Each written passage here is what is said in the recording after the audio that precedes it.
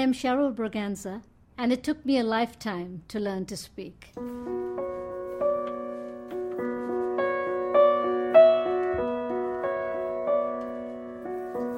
As a woman growing up in Pakistan, I was pretty well kept in the corner, and oh yeah, she's the nice little girl, she'll obey and she'll do whatever we tell her to do. There's this notion that South Asian traditional families usually regard daughters as burdens to families. You know, there's this saying, you're raising flowers for someone else's garden. I think I started painting when I was about 12 years old, but just playing around with paint, not doing much and not showing it to anyone. The Cheryl was invisible, basically. She was invisible and she was mute.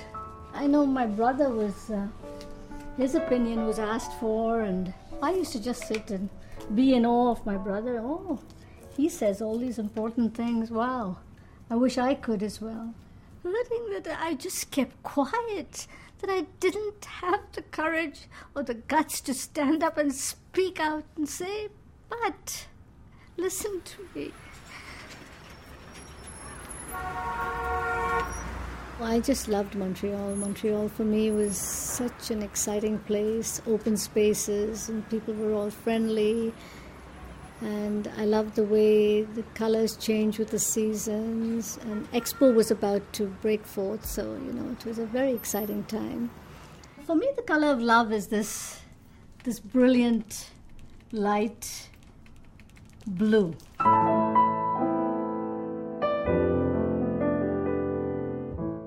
He was from Goa, and he spoke Portuguese. For me, the marriage was, I'm going to be that same good Indian girl that my parents brought me up to be. I'd be obedient and I'd do everything right. Mauve is adding red to the blue, and red could symbolize a bit of unhappiness, some anger. How am I going to please this man? Because I wasn't doing a very good job in the beginning. He was always unhappy about what I did. He would criticize what I did. So how would I be the perfect housewife, you know? Eventually, when I moved to the suburbs, where we experienced racism, where the word Paki in big letters was burnt onto our front lawn in the suburbs, I was just horrified. First of all, I didn't even know what Paki meant at the time. I was so naive and innocent. I mean, I thought Paki meant I was from Pakistan, and I said to the guy, what's wrong with that? I'm from Pakistan anyway. And he said, no, it's a bad word, madam. Go inside, we'll take it off. And then after that, we were getting phone calls saying, get out of here, we don't want your kind here. And my children were being called, all kinds of names on their way back from school. And so my first thought is, I don't want to live here anymore, let's leave. I couldn't believe that people could be so cruel, just because the color of our skin was different.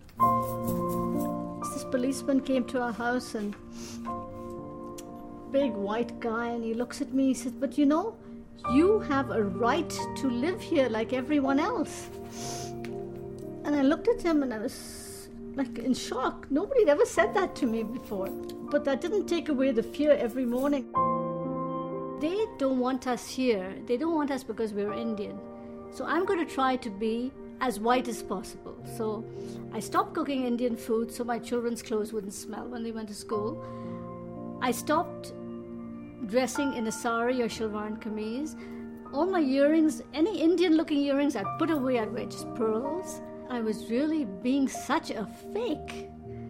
And I didn't realize it for the longest time. And I started processing things inside and slowly decided, hey, listen, Cheryl, it's time to speak up. it's time to change, not just speak up, time to change inside. And so that's when I started, cooking Indian food and wearing Indian clothes and wearing saris. Now I'm proud to be brown.